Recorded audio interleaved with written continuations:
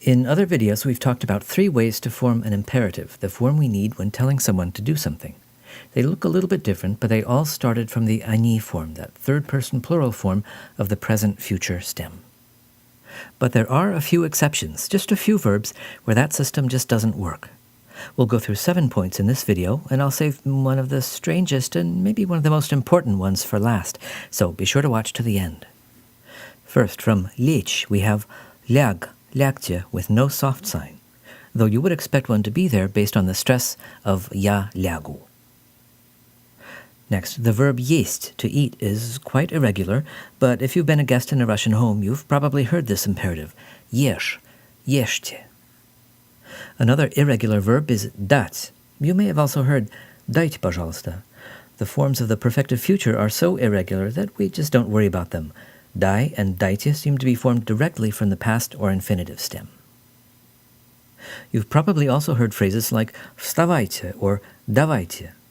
The irregularities of the они forms, встают, дают, where that syllable va drops out, are not reflected in the imperatives, so they also don't fit in our regular system for commands. Verbs in знавать, давать, and ставать are formed directly from the past or infinitive stem. Another group includes a lot of one-syllable verbs that end in it.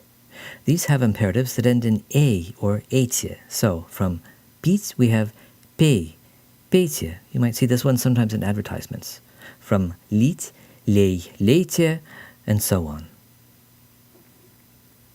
And there's one quirk about the prefix вы. In a perfective verb, it's always stressed.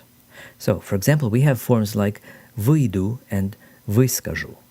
But to tell someone to go out, we say выйди. From высказать, we say выскажи. You wouldn't think that we'd have the E ending with that stress on the first syllable, but there it is. And lastly, here's an important one. Ездить and verbs with ехать form an imperative from the related stem езжать. So, from ездить, ехать, and поехать, we have поезжай. From уехать, уезжай, as in this scene from the end of the classic film «Ирония судьбы». А если нелетная погода, можно я останусь? Нет. Тогда уезжай поездом. Now, you may occasionally hear forms like these. I don't even want to read them aloud because, strictly speaking, these are not considered correct standard Russian. You might compare them to saying something like, I ain't got no money in English. There may be different opinions about how serious a mistake it is. In fact, you can find web pages with advice to native speakers about this troublesome issue of the imperative of ехать. But if you're taking a test in your Russian class, do be sure to use forms like поезжай, уезжай instead. Summing up, I won't burden you with reading all of these out loud, but why don't you just pause the video and say them aloud to yourself several times so they'll just begin to sound and feel right to you as soon as possible. And I'll just leave you with this good advice.